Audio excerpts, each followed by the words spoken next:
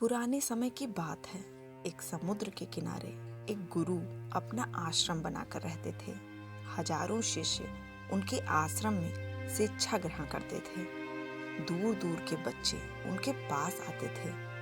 बस गुरु जी के ज्ञान देने का तरीका थोड़ा सा अलग था। गुरु जी शुरुआत में अपने शिष्यों को उपदेश देकर ज्ञान देते थे। उसके बाद वे अपने शिष्यों को उस ज्ञान को अपने जीवन में उतारने के लिए कहते थे, ताकि वे ज्ञान उनमें व्यवहारिक जीवन में उतर सके। एक बार उस आश्रम में एक सम्राट अपने बेटे को लेकर आए। सम्राट ने गुरु से प्रार्थना की कि आप मेरे बेटे को अपने आश्रम में रख लें और उसे अपने तरीके से ज्ञान दें। आश्रम में बिल्कुल भी ऐसा नहीं लगना चाहिए कि वो एक सम्राट का बेटा है। उसको बिल्कुल साधारण शिष्यों की तरह ज्ञान देने की कृपा करें। गुरु ने मुस्कुराते हुए कहा कि एक सम्राट तभी ज्ञान प्राप्त कर सकता है जब वो अपने आप को एक साधारण इंसान समझे, और यही ज्ञान प्राप्त करने की सबसे पहली सीढ़ी है। गुरु ने सम्राट से कहा, तुम निश्चिंत रहो, आज से तुम्हारे बेटे की जिम्मेदारी मेरी है। यह कह गुरु सम्राट के बेटे को अपने साथ टहलाने के लिए समुद्र के किनारे लेकर आते हैं। अब आश्रम के बहुत से बच्चे सम्राट के बेटे को देख उसकी तरफ आकर्षित हो रहे थे और उससे दोस्ती करना चाहते थे। सम्राट का बेटा और गुरु समुद्र के किनारे टहल रहे थे। तभी सम्राट का बेटा फूट फूट कर रोने लगा, क्योंकि अभी वह सिर्फ 12 वर्ष का था। 12 वर्ष की उम्र में उसके पिता ने उसे अपने से दूर कर दिया था।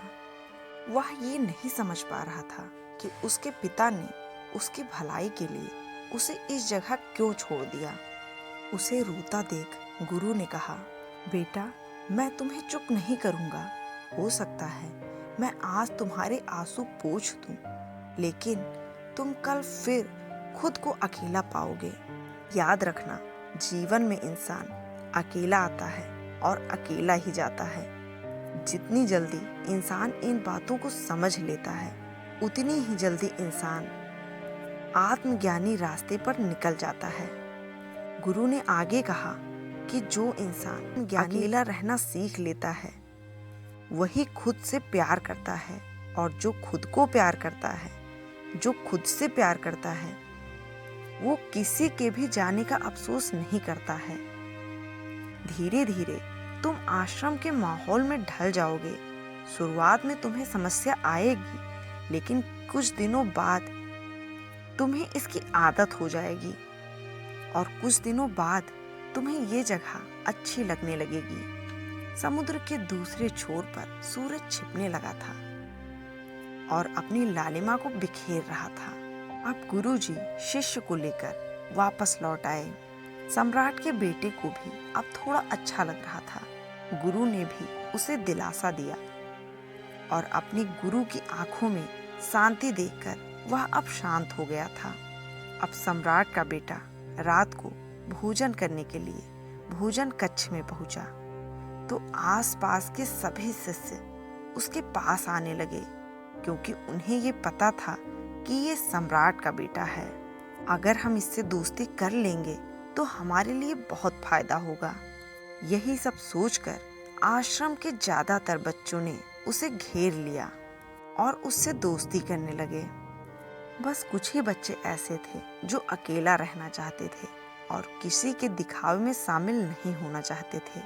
वे सम्राट के बेटे के पास जाने के बजाय अपना पूरा ध्यान खाने पर लगा रहे थे और अकेले में बैठकर अपना भोजन कर रहे थे।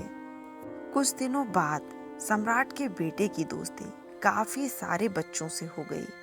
अब वह उनके साथ घूमता और ज्यादातर समय उन्हीं के साथ बिताता था।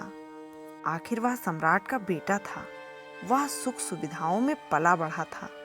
अब आश्रम में भी उसके दिन वैसे ही गुजरने लगे जैसे कि महल में गुजरते थे।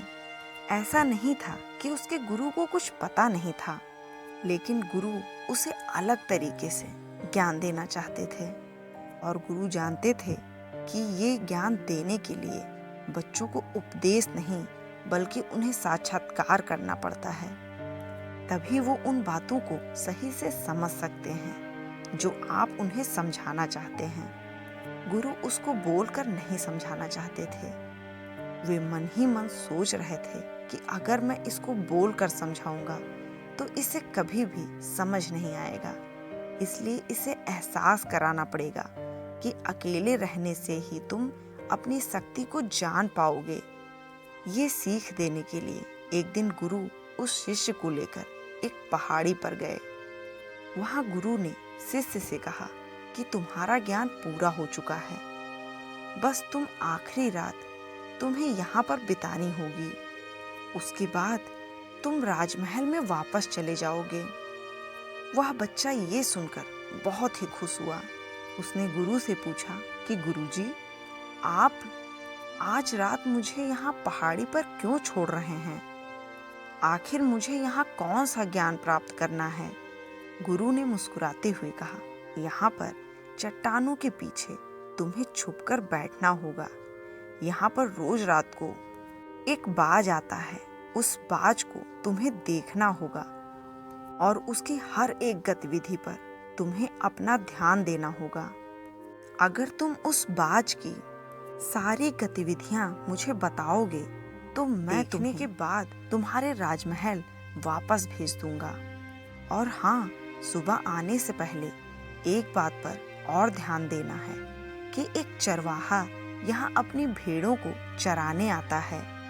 तुम्हें उन भेड़ों की गतिविधि और बाज की गतिविधि पर पूरा ध्यान देना है। अगर तुम यह कार्य कर पाए तो मैं तुम्हें तुम्हारे पिता के पास वापस भेज दूंगा। ये बात सुन शिष्य उस चट्टान के पीछे छुप गया और बाज का इंतजार करने लगा। काफी वक्त बाद बाज वहां अपने बच्चों के साथ पहुंचा। सम्राट के बेटे ने पूरी रात ध्यान से उसकी गतिविधियों पर नजर रखी और सुबह होने के बाद चरवाहा जब अपनी भेड़ों को चराने वहां पहुंचा तो उसने एक बहुत ही चौंका देने वाला दृश्य देखा। उसने देखा कि बाज एक भेड़ को अपने पंजे में दबाकर आसमान में उड़ गया। उसने उस भेड़ के बच्चे का शिकार कर लिया। ये सारा दृश्य देखकर वह आश्चर्य से आश्रम में वापस पहुंचा। इससे पहले कि गुरु उससे कुछ पूछते, उसने गुरु को प्रणाम किया और कहा कि गुरुदेव, आप आश्रम के सभी बच्चों को यहाँ बुला लीजिए। मैं सबको एक बात बताना चाहता हूँ कि मैंने क्या देखा। जब आश्रम के सभी बच्चे वहाँ पहुँच गए तो सम्राट के बेटे ने कहा, मैंने अपने जीवन में बहुत से पक्षियों को देखा है, मगर बाज उन सभी पक्षियों में सबसे अद्भुत है। उदाहरण के लिए एक तोता हम सभी ने देखा है। तोता बोलता तो बहुत है लेकिन कभी ऊंचा उड़ नहीं पाता। लेकिन एक बाज हर समय शांत रहता है, लेकिन उसमें आसमान को छूने की ताकत है। एक बार जब बाज अपने शिकार को निश्चित कर लेता है तो उसी शिकार पर अपनी नजरें गड़ाए रहता है, फिर चाहे वो कितनी ही ऊंचाइयों पर क्यों ना उड़ रहा हो, कितना भी बड़ा तूफान क्यों ना आ जाए, पर उसकी नजर हमेशा अपने लक्ष्य पर ही होती है। और यह बात मैंने आज सुबह ही समझी है। बाज ने हर भेड़ को शिकार नहीं बनाया, बल्कि उसने भेड़ों के झुंड में से एक भेड़ को अपना शिकार बनाया। इसी तरह हमें भी अपना ध्यान अपने लक्ष्य पर लगाना चाहिए।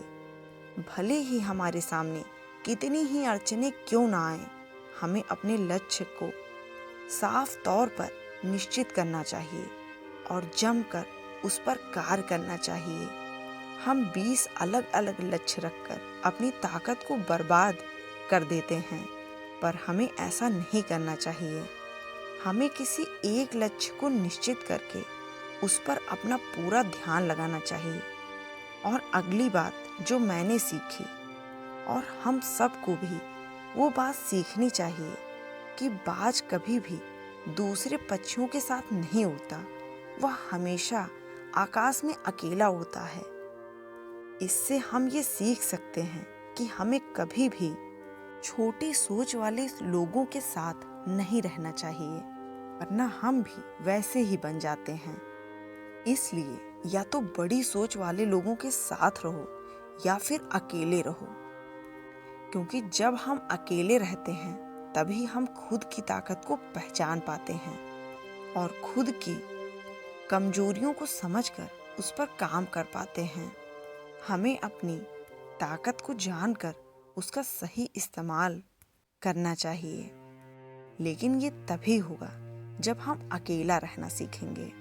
तो दोस्तों, आशा है आपको ये कहानी अच्छी लगी होगी। तो प्लीज़ इसे अपने दोस्तों और परिवार के साथ शेयर करें, वीडियो को लाइक करें और चैनल को सब्सक्राइब जरूर करें। और हमारे साथ यहाँ तक बने रहने के लिए आपका बहुत बहुत धन्यवाद।